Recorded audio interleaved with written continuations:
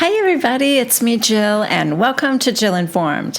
This is the recap of The Real Housewives of Orange County, Season 15, Episode 7, Renewals and Regrets. All right, we are not quite done with the vow renewal just yet. We're picking up exactly where we left off last week. Kelly sits down behind Shannon, who is now sharing with Gina and Emily that Kelly had the audacity to think that I was starting a water line, but it's just a tincture. And Kelly's now behind her saying, "What are you guys talking about?" And this exchange between Shannon and Kelly is really just a delightful bright spot in this episode. Kelly begins with, "What's going on?" And Shannon turns and says to her, "I have to tell you, Kelly, I'm reeled right now." Kelly, "You're reeled?" There's a little pause and Shannon goes, "I am reeling right now." Kelly still doesn't understand. What does that mean? Like woke?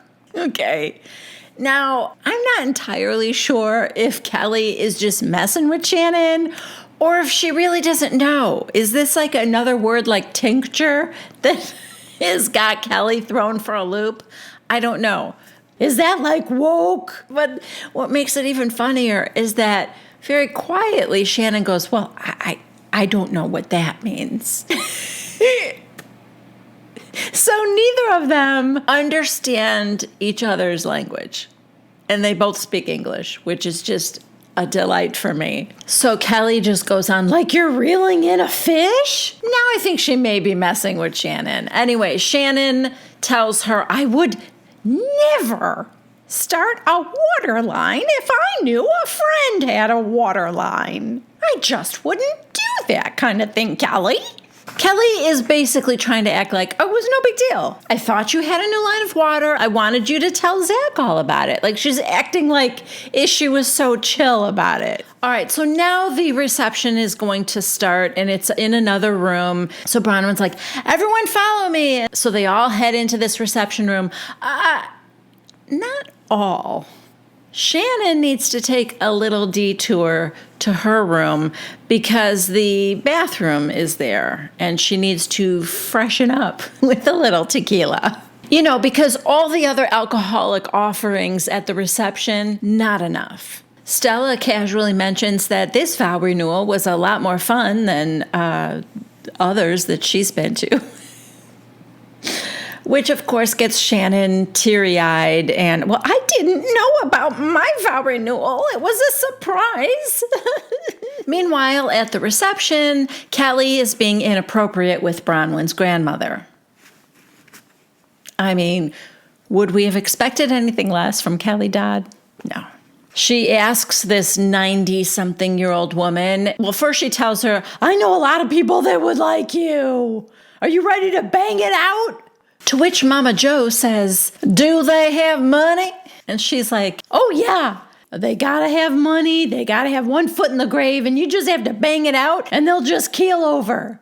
"Well, what am I gonna do about my ex-husband who lives with me?" Mama Jo is a trip. Mama Jo created Dr. Deb, so just think about that for a minute. Gina is at the bar. She is sticking to her promise to Bronwyn to not drink alcohol. She's just having like soda water and cranberry or something. Now Kelly has moved on to Dr. Deb and they're talking. And one of Bronwyn's, I think it's Koa, the 5-year-old, picks something up off the floor and she hands it to Dr. Deb and said, "This came out of your hair." And it's like a little metal charm or something. And she goes, "Oh, there's no telling what's in there." And Kelly's like, "Oh, you don't wash that?" And now Shannon is stumbling her way back to the reception. John's holding an umbrella over her and she's got a glass of tequila with her. "Shannon, I thought the whole point of drinking in your room was to keep it away from Bronwyn." And she's like, is this going to be okay to bring in? And John, who I'm seeing now as more of an enabler than a supportive, positive force in her life, said something like, oh, no one's going to know what's in your glass. So yeah, it's fine. Okay. Side note, what is John's deal? You guys, a lot of you have been very suspicious of him from the get-go. I got no bad vibes from him. Nothing. I was like happy for Shannon because I thought she got a guy. He's age appropriate. He's handsome. He seems supportive and caring. But I'm starting to feel like he's just a bit of a yes man. And that is not what Shannon needs. You know, she controlled David until he had enough. I don't know if you guys remember, probably 2 seasons ago when I was recapping, I compared David to Eeyore because he just moped around the house. Yes, dear. Whatever you want, dear. It was so depressing. So I don't know if she's just going to beat the spirit out of John. Or if, I don't know. Let me know what you guys think in the comments. Yay or nay on John? Okay, so Bronwyn's friend Shari is giving a toast, congratulating them on 20 years of marriage, and Elizabeth is a little bit jealous. Tell us your secret! Will you be answering questions later? I don't know. I don't know if I felt more sorry for Elizabeth or Jimmy. She was kind of broadcasting that she didn't know how to be in a good relationship. Okay, well, Bravo is making a point of showing us that Shannon is plastered. As Gina says, she is 20 sheets to the wind. She's slurring her words. It's really the sloppiest I think we've ever seen her. But you know what's interesting? I don't think Shannon is drinking more than she ever has.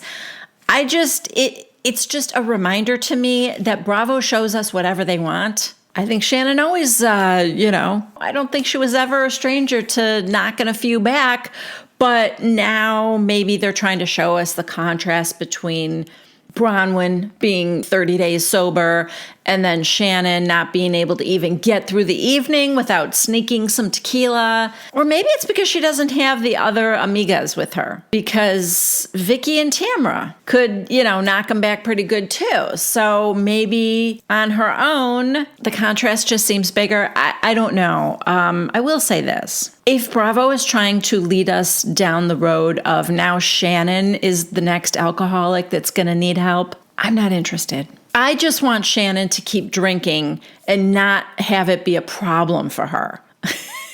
As a viewer, I like my housewives just the right amount of messy. So I want them drinking. I want them a little crazy. I want them to be a little bit more than anybody that I would want in my real life. I don't think that's too much to ask. Emily and Elizabeth are talking now. Well, maybe it's a group of women. And Emily says to Elizabeth, "Are you and Jimmy having sex?" What? In what universe would that be any of Emily's business? You don't know her like that? To ask her outright in the middle of a party. I don't know what's going on with Emily this season, but I feel like Bravo told her to step up the drama, and I don't like it. I want Emily the way Emily really is. Here's another tip for you, Bravo. I don't need every single housewife to be like batshit crazy or super aggressively confrontational. The way this show works is that you have some women like that and you have some women who are more normal. I feel like what's missing for OC is the voice of reason woman, the one who in her confessionals talks to us, the kindred spirit, the woman who you actually believe could be your friend. Bethany Frankel used to do an excellent job of that. When I get around to recording season 1 of New York, you are going to see the Bethany that I and probably a lot of you fell in love with. I mean, I loved this girl. She was the only one who wasn't a housewife. She wasn't married. She had a boyfriend, but she didn't even have money. She had a tiny apartment. She was the one that interacted with the ladies and then in her confessional was like, oh my God. and you felt like she got it. She saw what you were seeing. We need that. I think every city needs one of those women. Orange County? Nobody's doing that. Believe it or not, I would say Gina this season is the one who's doing that the most. When she gets in her confessionals and talks to us, she's the one this season who's doing it. But, it used to be Emily. Emily had a little bit of a dark sense of humor that I liked. She was also very rational. And so what I think is happening is that Bravo's trying to turn her into something, I don't know, more exciting maybe. I don't know. I hope she kind of turns this around a little bit, because I don't like this Emily. Kind of harsh with Bronwyn, who's detoxing, and now she's the one confronting Elizabeth at a party, asking her if she has sex with her boyfriend, as if it's any of Emily's business. I'm blaming Bravo for that. Anyway, Elizabeth is very open about answering her. I mean, she did pause for a second, but then she said, no, Jimmy and I don't have sex. Emily goes, why? Because I'm still married. Emily, I feel like there's more to the story. Leave it alone. She answered your very inappropriate question, so just let her go now. Okay, a couple things are going on here. I think Emily's wrong to pry like that, but also Elizabeth's responses are very suspicious. She's contradicting herself. I have a suspicion that it has something to do with her divorce, the settlement. In any case, Gina and Emily are getting very personal with the questions. She denies even making out with him, which is so dumb because we see them kiss. They kissed in their room. They kissed there at the party, I think. Anyway, she said, no, we don't even make out. I mean, we kissed, but then once he found out I was married, that was it. Then Emily says, is it him that doesn't want to have sex until you're not married, or is it you? Elizabeth, both. Emily, don't lie, it's him. Elizabeth, yeah, it's him. Oh, God. This is crazy. Shannon screams across the room, Rowan! So Rowan and Jacob are there. They come over, and Shannon drunkenly has to tell them that God, this is bad, you guys, that she had a vow renewal that didn't work out so well.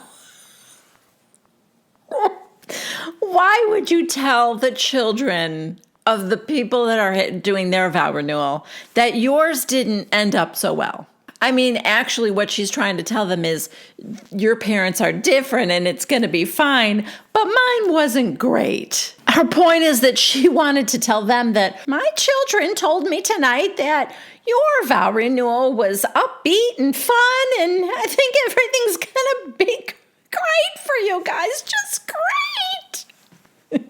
They both walk away like, oh my God, that was so awkward, and she was drunk out of her mind. Okay, next, well, we're still at the reception. Now Kelly and Shannon are together again. And Kelly's like, Shannon, why do you feel like that? Why are you so angry? Shannon, now, I have to say, I thought Shannon was going to kiss Kelly because she walked up real close to her, and they were about this far from each other, and she goes, Kelly, you and Zach were not positive. Oh my God. Of course, Kelly's like, no, it was positive. You're being a negative Nancy. Okay, so now the ladies are standing all in this one area of the room where they look up and there's a chandelier and the ceiling is mirrored. So Kelly goes to Emily, you and Shane should have sex right here. And they're all laughing. Listen, everyone's having a good time at this point. Everyone's pretty drunk. So is Elizabeth, who says, Jimmy's gonna whip out his Mexican penis. What? So Emily says to her, have you seen it? Kelly, have you had sex with him? Elizabeth, yes, once.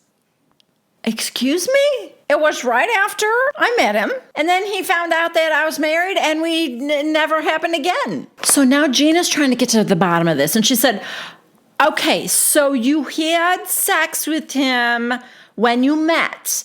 And then you told him that you were married? Elizabeth. No, I told him before we had sex that I was still married. Are you guys following this? Because I am not. In Gina's confessional, she's like, Elizabeth clearly said that she and Jimmy stopped having sex when she told him she was married. Elizabeth is lying. And then we get a flashback to when they had that triple date dinner with Shannon and John. And Gina asked them, so how long have you guys been dating? And Jimmy said, about a year. And Elizabeth was like, oh, yeah, via court order. And Gina goes, okay, but without that, how long have you guys been dating? And they both go, about a year. In Gina's confessional now, she's like, now that we know she doesn't want us to know anything, but now all we want to know is everything. She's kind of right.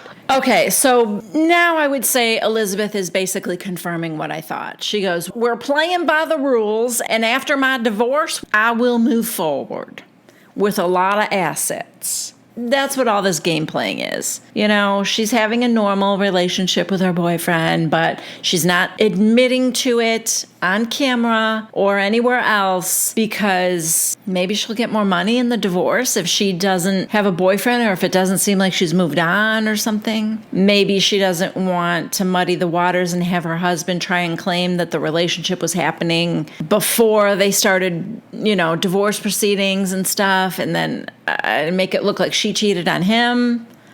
I don't really know. It does appear that it has something to do with this divorce. All right, everyone is leaving now, going back to their rooms, saying goodnight. Shannon feels like it's necessary for her to come clean to Bronwyn that she had been drinking. In Bronwyn's confessional, she's like, shocking, Shannon. As Shannon and John are stumbling back to their room, she said, John, this isn't funny. Bronwyn told me that her grandfather wasn't there because he was exposed to 5 cases of coronavirus. And then her grandmother kissed me.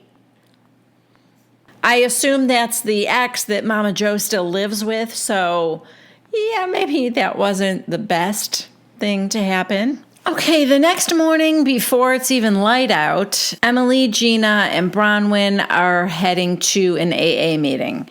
Emily is tagging along. I'm not exactly sure why. She said she wants to support Bronwyn. She's trying to understand Bronwyn more, I guess. We get a superfluous scene of Shannon ordering room service later in the morning. She had ordered egg whites, well done, and whatever came was like the whole egg. So she called to have them just send egg whites.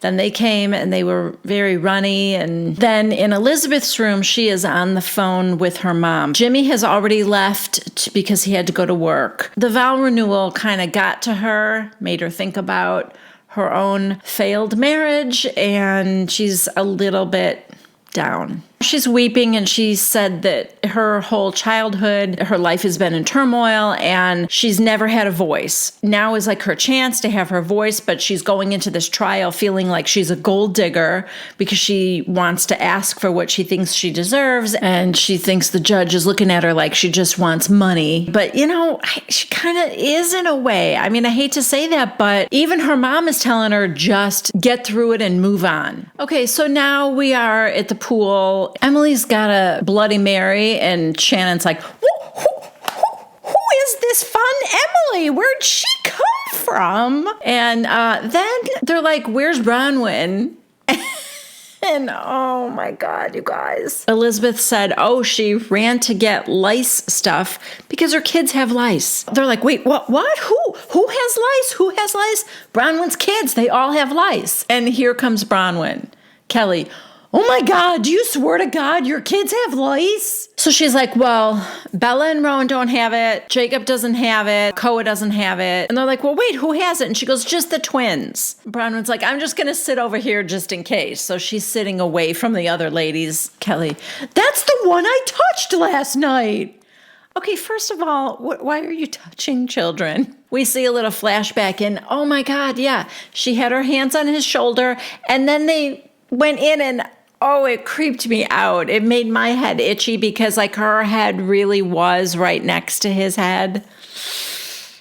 Scary. I managed to get through my daughter's entire childhood without her ever getting lice. I'm grateful. It just creeps me out. And I know it is nothing to do with like how clean you are. In fact, lice love clean hair more than dirty hair. So it's like, I'm not attaching a stigma to it. It's just like, it makes me itchy. But yeah, in the flashback, Kelly's like, give me some love. Give me some kisses.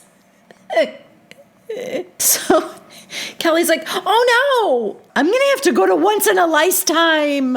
So now Kelly, I told you, Kelly, of all of these ladies, is the one who is the most obsessed with coronavirus and news about coronavirus. So I find that so interesting. It's probably just because she's married to a news guy. But she's like, listen to this. The Golden State Warriors are going to have a game without any fans in the arena. All large gatherings are shutting down. You can't get toilet paper at Costco. So this is when I fall in love with Elizabeth. They're all like, yeah, I know. They talk about there being 30 deaths, but isn't it all old people? And Kelly goes, don't they die a lot anyway from the flu? And Elizabeth's like, yeah. And then Elizabeth says, it's just completely blown out of proportion. And I'm telling you guys, in 60 days, it'll be pretty much gone. You may want to rethink your career as a fortune teller, Elizabeth. She goes on to tell us in her confessional, she explains that Big Pharma wants a vaccine and they want to be able to sell you a vaccine. So to me, this whole coronavirus thing is blown out of proportion. Okay. Okay, now Elizabeth shares that she's been crying all morning, but Bronwyn, your vow renewal was beautiful and it was wonderful. It just reminded me how bad my marriage was. They're trying to figure out why she's feeling this way right now. And she was telling them, well, yeah, I mean, even though this divorce has been going on for a long time, it's going to be final this month. Emily's like, do you think you've been like stuffing your feelings down and now it's just coming out? Because you're right at the end here. And she's like, yeah, I do. Elizabeth said something about that she talks to him or texts him. And Emily's like, I feel like there should be no communication between the two of you. If anything needs to be said, it should be going through your attorneys at this point. And Elizabeth goes, well, I texted him this morning. And they're like, oh my God. I don't know why, but here's what I said. Let me just say this first. She's like, he never apologized or anything, for cheating on her. And they're like, he's not going to. And she said, but I don't know. I just kept thinking at some point he'd be like, I'm sorry. I shouldn't have done that. And I really do love you. Oh, Elizabeth. Bronwyn's like, that's what I hope with my mom. It's never going to happen. So she's reading the text. I'm really sorry that I filed for divorce. And I'm really sorry that our marriage will be over soon. And they're like, what? It goes on, I wish you would have been a little more honest with me. I loved you from the bottom of my heart, unconditionally. And now she starts crying and she's reading and crying. And you hurt me from the deepest part of my soul. And now Bronwyn, none of the other ladies, Bronwyn gets up, walks over to her, sits down on the lounge chair next to her, arm around her, licey head on her shoulder. Why? Why, Bronwyn? Why you? Remember 15 minutes ago when you said, I'll sit over here just in case? What happened to that? Okay. Anyway, this text ended with something about his behavior, but just know that you meant the world to me. And she is sobbing now. Shannon is laying back. I don't know if she's just extremely hungover or what. Elizabeth is like, I loved him. I still do. I just. And Kelly goes, Oh my God, if Rick was like that about his ex, still felt like that, I'd be like, I wouldn't know what to do. I'd be like, I'm out. and Emily's like, I feel like you're not really ready to be in another relationship, you know? I mean, that's what concerns me. Elizabeth, well, Jimmy and I aren't having sex, so it doesn't matter. We're just like friends. They all look at each other like, oh my God. I mean, Elizabeth. Wow. Then we see all their confessionals. Bronwyn's like, the man you live with and don't have sex with is just your friend? Tell me more. Then we get Emily's, and she's like, on a level of 1 to 10 of confusion, I am like at a red alert 10. It doesn't make sense. Then we get Shannon. It's just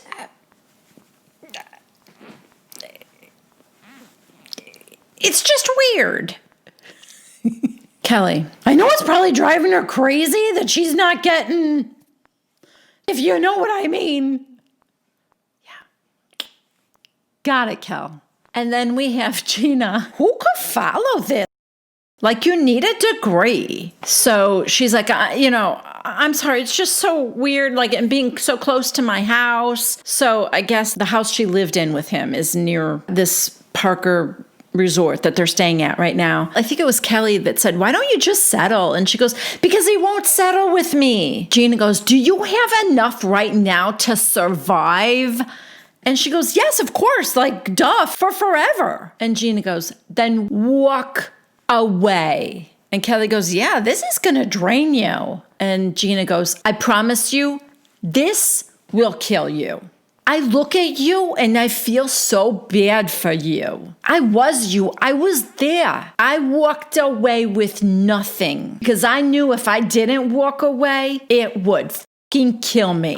Then we get Gina's confessional, and she's like, honestly, even after that horrible day, and then we get a flashback to what she is referring to, that Matt attacked her and got arrested for domestic violence. She said, I loved him. I was considering to reconcile. But I guess after that, she realized that, like, she needed to walk away. So now she's telling Elizabeth, show up to the thing and sign the papers. And Elizabeth goes, I just don't want him to win. And Kelly goes, I think you like it. That got her mad, though. She goes, no, I don't like it. I hate it. Gina goes, she's obsessed with it, which is maybe more accurate, right? It isn't that she likes it, but she is obsessed with it. Shannon goes, there's no reason to think about it for 1 minute. He's not in your life anymore, and he's not your problem. And then Kelly said something like, she's had friends going through this, and it's exhausting. And Elizabeth is like, well, I'm sorry. That's why I kind of stick to myself. And she's like, no, that's not what I'm saying. And then they're all kind of saying, you need to do this for you. You need to,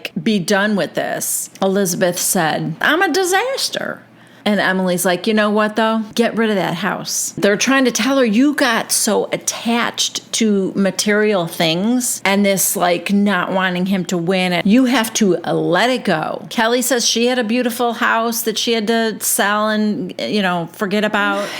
Kelly has it, I think, all figured out. To get over somebody, you need to get under somebody else. And Jimmy's not doing it for her. Because if she was, banging it out every night, she wouldn't be thinking about her ex. And then they all get up to leave, and Kelly pushes Elizabeth into the pool. If you ever talk about your ex again, you're going back in the pool. And that is where this episode ends, you guys.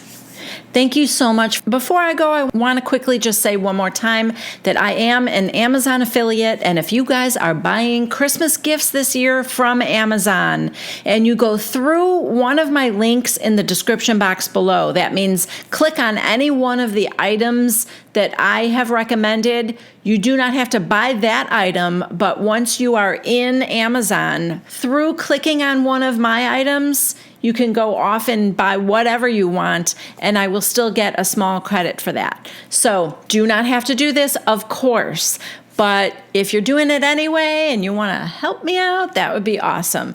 All right, thank you guys very, very much for being here. Please subscribe, like, and leave a comment down below, and I will be back next week for the next recap of The Real Housewives of Orange County. See you then. Bye.